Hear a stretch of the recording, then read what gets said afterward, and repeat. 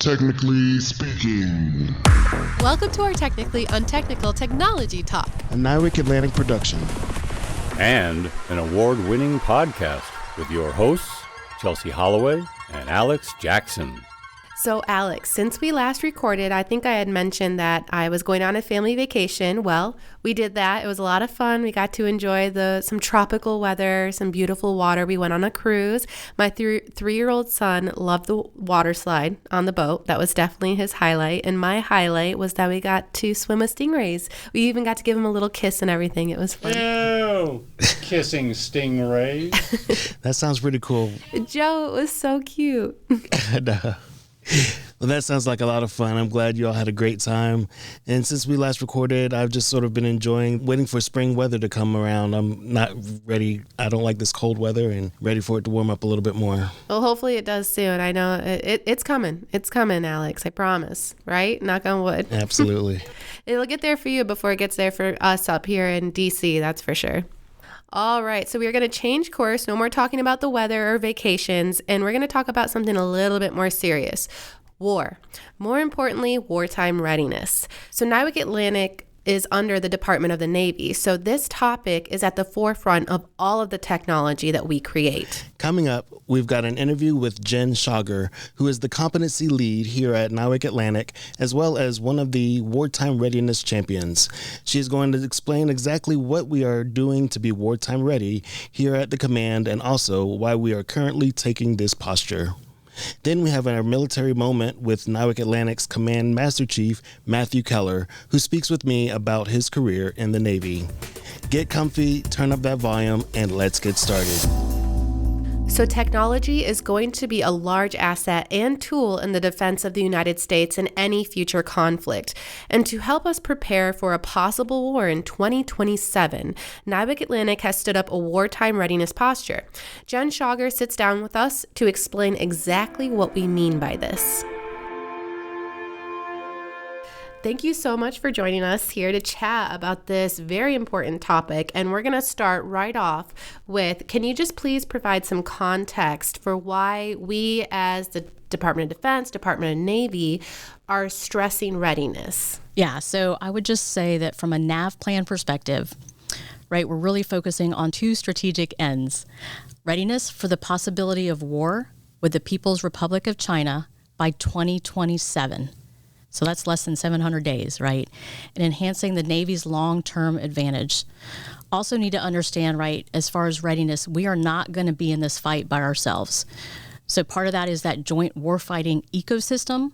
So whoever those, right, our allies are going to be, how do we work together to make sure that we're ready? So some people might be surprised to hear that we're preparing to go to war with China. So what is that based on? Yeah, so Xi Jinping from China put out a document that said that he plans to invade Taiwan by 2027.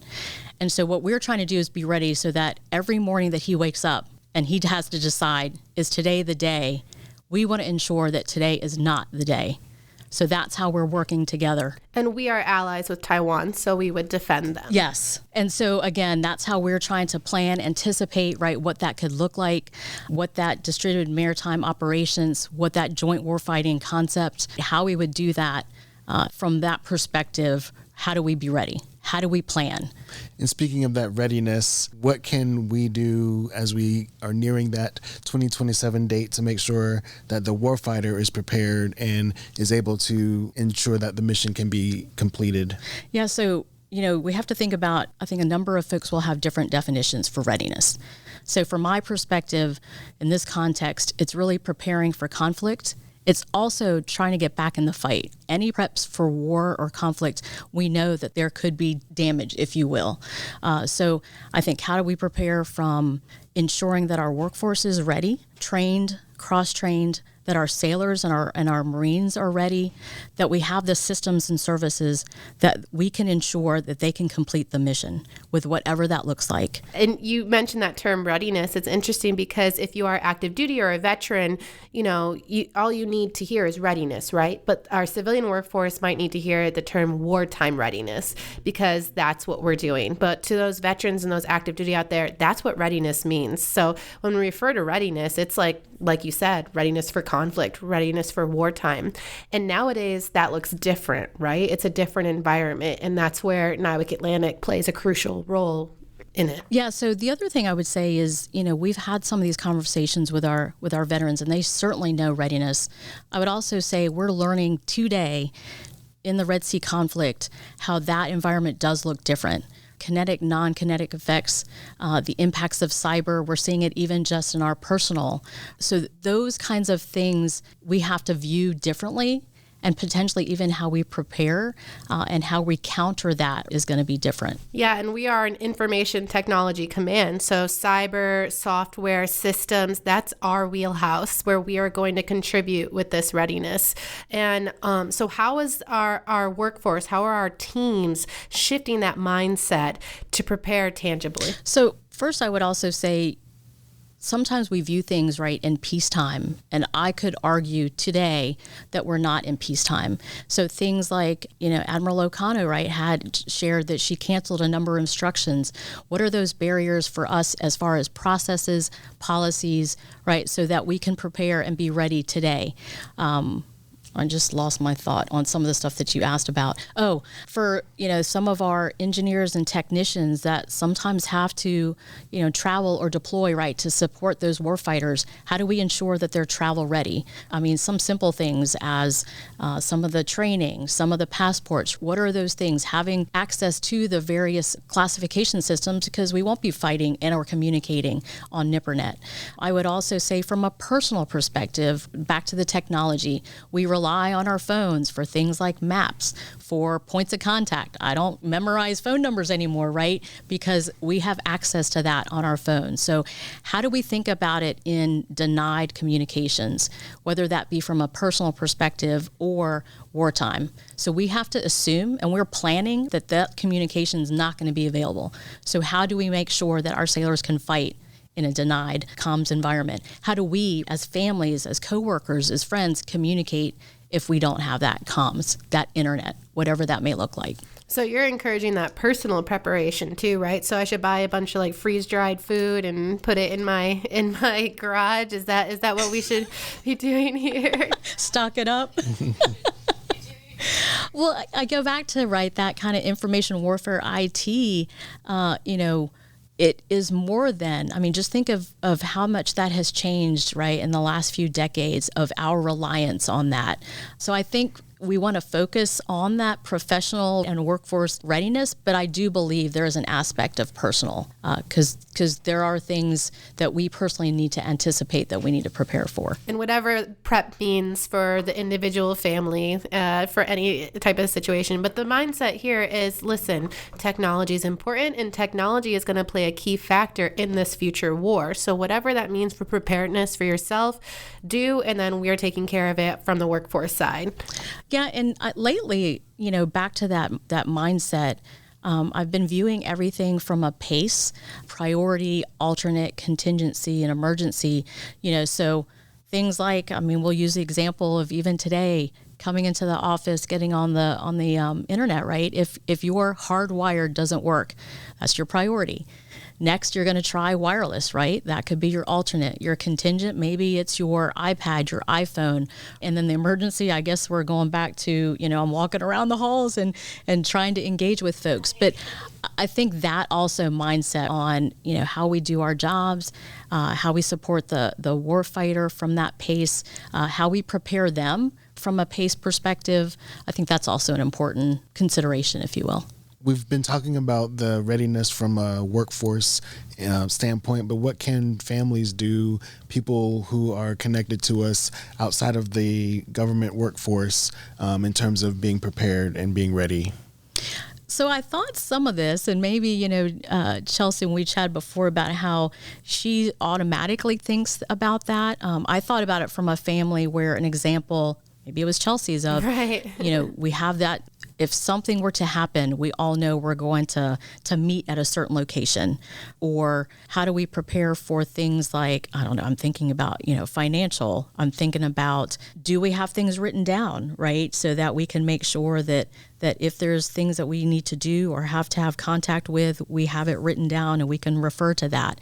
I don't want to be the doom and gloom, because I do believe that being ready, though, right, it's all about the planning, and how then we execute, get those sets and reps. So probably didn't answer your question that well, Alex. That is helpful, though. It gives us an idea of where to start, and it may seem that it's a little bit overwhelming, but as long as you have these steps in place and are prepared, then things will come together in the way that will help us all. I think some of it, too, is just having the conversation. That was a concern in the beginning, but I think having that discussion about what we're anticipating, what we're planning, again, doesn't have to be in the doom and gloom, but it can certainly be something from a preparation perspective. And to not be too doom and gloomy. So if we were to get a cyber attack or some sort, there are so many defenses in place that we are currently working, even here at NIWC Atlantic, to get us back up and running in a sense. So when you're prepping personally, it's not like a forever, years and years and years power outage scenario. The recommendation is prep, for maybe a couple weeks, which would still be a long time, but have that prep, have that cash, have a gas can nearby. Those are some simple things. Like even if you live in a hurricane zone, that's something that you would do, right? So yes, not trying to spread too much fear or doom and gloom, but the idea that if the Department of Defense is preparing for war in 2027, that would include cyber. It's not a bad thing as a person for your family to kind of prep for a small-ish cyber attack, if there's a small one, down the road. So I think that's kind of what you were going toward, right? Not like a apocalyptic scenario. Right. And, if we, again, think about what we do here at LANT, it is about not just defensive, but offensive, right? So you talk about cyber. So things that we're being proactive about, doing sets and reps. We've been doing and supporting exercises and tabletop exercises for a few years now, again, to prepare. And so as we're learning, as we're adapting, our adversaries are doing the same. So we too need to continue. So what does that look like, that readiness in terms of our technology at a high level? So I think back to how we're designing our systems and services, how we're also leveraging, and we can talk about our technical focus areas, right, on artificial intelligence, machine learning. For our Navy Enterprise Service Desk, we're leveraging AI to help with our knowledge management for those sailors.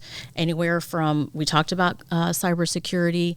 We've been for some, I feel like it's been 5 years or more, model-based systems engineering, right? How we can design that, model it, play scenarios, and then even focused on some of the software-defined hardware, zero trust, those kinds of technologies. Where are those capability gaps, and how we at NIWC Atlantic are addressing those as quickly as we can. Admiral O'Connor is definitely saying go fast. So how are we as a command addressing that? And certainly a number of areas that, and we're looking at how to do that either via NICE, via our engagement with our sponsors, however we can do that. And for those who don't know, what is NICE? So NICE is Naval Innovative Science and Engineering, and it is funding that we can leverage to support some of those capability gaps, whether via grassroots proposals. We have things called strategic investment areas, right, where we can get at technology to support things like workforce development, applied research, maybe tech transition, and even rapid prototyping, right? Again, some of those things to how we get fast and how we get at some of those hard problems to support our warfighter. Great. Well, I love that as a command, we are definitely taking an approach to make sure we're ahead of the game, we're on top of what we need as far as readiness and prep for the potential conflict in 2027 against China. Yeah, and I would just remember, too, it is a global fight. And so back to having those allies, thinking about where we, NIWC Atlantic, should be forward deployed, right? May not be in the areas we are today. So we need to consider that as well. But back to the readiness, it's all about the planning. Where do we see that we as NIWC Atlantic can be a part of that? Thank you, Jen, for joining us on the podcast. And we appreciate what you and your team are doing for NIWC Atlantic. Thank you. I appreciate it and appreciate being asked to come here and speak with you all. As always, Alex and NIWC Atlantic is staying ahead of the game and preparing our technology as well as our workforce for the possibility of war. Yes, readiness is at the heart of not only our civilian workforce, but also our military members as well. Next, we have our military moment interview with Command Master Chief Matthew Keller, where he shares his experiences with other shipmates within the Navy. Thank you, Command Master Chief Keller, for joining us today. Can you please tell us what you do for NIWC Atlantic? Yes, I am currently the Command Master Chief for NIWC Atlantic across the 13 UICs associated. And what was the reason that you wanted to join the Navy? I originally joined the Navy in 1999. I had a young child and wanted to provide better care, health insurance, and different things for her to be healthy and strong and provide a good leadership role for her to look up to. And over your career in the Navy, what has been one of your biggest accomplishments or something that you have enjoyed as part of being in the Navy? A lot of things I've enjoyed about the Navy. I'm very passionate about it, but I would say overall probably being a chief in the Navy because the experience being able to be in different leadership roles, such as this role here, has got to show me a different side. So I'm an engineering background, so this is a lot different than what I'm used to. So it's kind of showed me a different perspective of the Navy, and those opportunities are something that you only get in a senior enlisted leadership role. So I would say that's probably my favorite part. And what's been one of your favorite locations or tours of duty that you've been on? So I would say probably I was on a frigate. I did counter-narcotic drug operations for 4 years. That was probably I call it the pirate Navy because we were chasing drug ships and fishing and growing beards, and it was just a different Navy. So I would say that was probably my favorite part. That sounds interesting. What kind of advice would you give to someone who may be interested in joining the Navy or the military?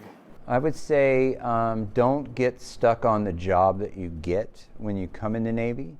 I didn't come in the Navy as a CMC, and I sure didn't come in the Navy as an MR. I came in undesignated, so I was able to try out different things before I chose what path I wanted to go. So look at different opportunities. Don't spend a lot of time fixated on that one thing, because there are opportunities for you to cross-rate, to go into a commissioning program, to make chief, different programs you can go into. So get a feel of the Navy and then see where you want to fit in. Well, thank you so much for your time, and thank you for your service. Thank you. I appreciate it. Chelsie, it was a really great chat with the Command Master Chief, and I'm glad he was able to share his experiences with me. Yeah, I really enjoyed hearing how his daughter inspired him to join the Navy. He believed his role in the military would help him be a role model for her, so I thought that was very sweet. All right, so coming full circle, we spoke about readiness in wartime and also how service in the military can provide care and role models to the next generation. What a great episode, right, Alex? Yes, it was. As always.